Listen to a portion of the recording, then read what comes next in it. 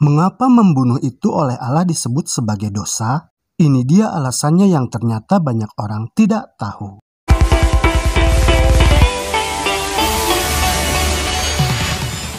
Setiap orang yang berpikiran benar, pastilah setuju bahwa membunuh itu adalah sebuah perbuatan dosa, apapun alasannya.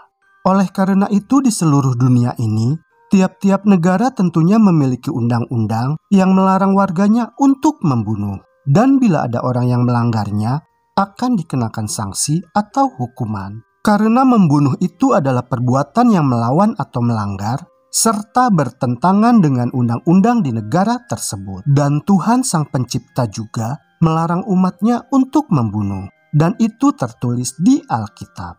Dilarang membunuh adalah merupakan bunyi isi hukum ke-6 dari 10 hukum Tuhan yang ditulis dalam Alkitab. Keluaran 20 ayat 13. Jangan membunuh. Karena jangan membunuh itu adalah salah satu dari isi 10 hukum Tuhan, maka bagi siapapun yang melanggarnya, itu artinya orang tersebut telah melanggar hukum Tuhan. Dan orang yang melakukannya berarti telah berbuat dosa. Sebab Alkitab mengatakan, 1 Yohanes 3 ayat 4, setiap orang yang berbuat dosa melanggar juga hukum Allah. Sebab dosa ialah pelanggaran hukum Allah. Inilah alasan mengapa membunuh itu ada dalam salah satu isi dari 10 hukum Tuhan. Dan bagi mereka yang melanggarnya, maka disebut telah berbuat dosa. 1 Korintus 6 ayat 19. Atau tidak tahukah kamu bahwa tubuhmu adalah bait Roh Kudus yang diam di dalam kamu, Roh Kudus yang kamu peroleh dari Allah, dan bahwa kamu bukan milik kamu sendiri? 1 Korintus 3 ayat 16-17.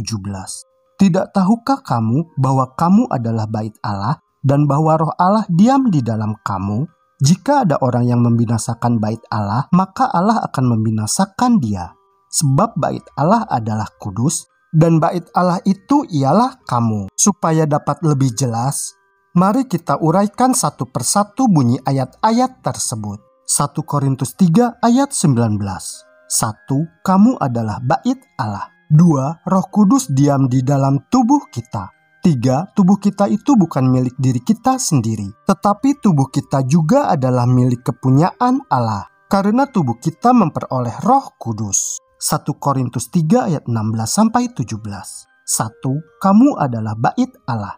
2. Dan Roh Kudus diam di dalam kamu. 3. Jika ada orang yang membinasakan bait Allah atau tubuh kita, maka Allah akan membinasakan orang tersebut. 4. Sebab bait Allah adalah kudus. 5. Dan bait Allah itu adalah kamu atau tubuh kita. Dalam ayat-ayat tersebut dijelaskan bahwa tubuh kita adalah bait Allah dan Allah diam di dalam kita. Jadi barang siapa yang membunuh manusia atau orang lain sesamanya, maka berarti orang tersebut telah menghilangkan bait Allah di mana Allah berdiam di dalamnya. Itulah mengapa Allah menyebut bahwa membunuh itu adalah pelanggaran terhadap hukum Allah yang berakibat dosa.